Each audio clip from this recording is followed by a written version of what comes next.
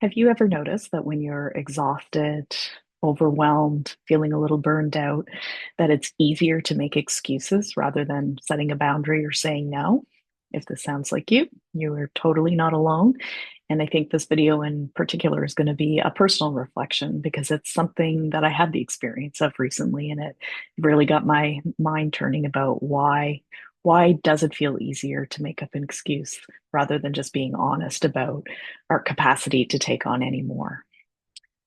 I think probably the biggest reason why we don't want to be honest or tell people when we're at capacity is that we fear disappointing people. So if somebody asks me to help them with something on the weekend, or if it's a committee that I'm sitting on and there's an event happening, or, someone in my family has asked me to babysit or do something, I might be feeling like all I really need to do this weekend is have some time to myself. But if I say no, or I say I'm too tired, or I'm at my capacity, I can't take anything else on right now, I might have some fears associated with letting people down, that it doesn't feel like a good enough reason to say no. And I think when people need our help, often there is some passion or persistence behind it. And that makes us feel guilty. We feel like, well, how can I just be tired? If I'm just tired, surely I can, power through to babysit my grandchild or my niece or nephew for a few hours. But the truth is, all these little things do add up, and we do need to be able to say, no, I'm at my limit right now, and that's enough. I'm able to tell the truth because our natural inclination is to lie. Or, I call them white lies. And I've always been a big supporter of the white lie. If it makes it easier to get out of a situation, avoid a conflict, it's not harmful or malicious in any way, a little white lie can actually get you off the hook pretty easily.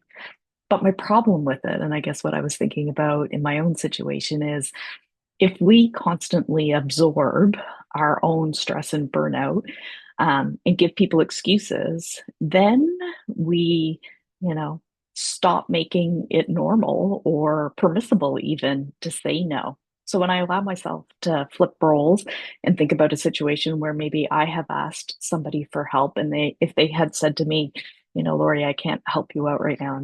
I just can't. I'm at my max. I'd probably have a lot of respect for that. As a mental health professional, I understand that it's good to recognize when you just can't take on anymore. And I'd probably back off if I was putting any kind of pressure or expectation. But if somebody says to me, well, I can't do it this weekend, I'm too busy, I have too many things going on, that's the little white lie. Well, maybe I might come back and say, oh, that's okay, we can do it next weekend. Or, oh, that's okay, I'm flexible. We'll figure out a way that you can still do it.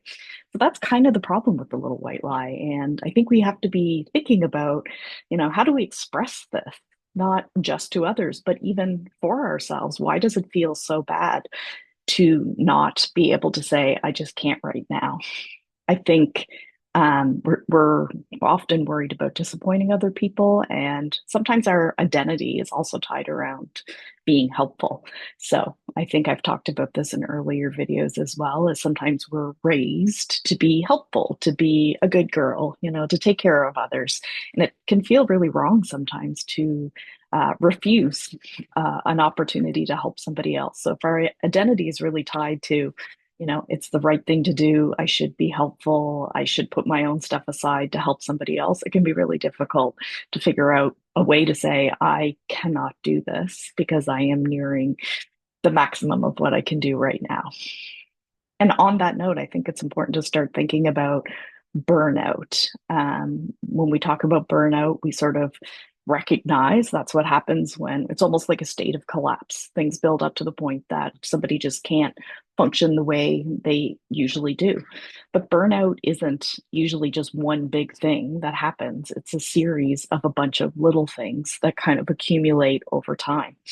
And I think that's another important part of this conversation is recognizing what our limits are and what our capacity is, and not confusing it with caring, because we can care very much. I can love my niece and nephew very, very much, but still not be able to take on the responsibility of babysitting or doing more than I feel like I can in my present day or my present life.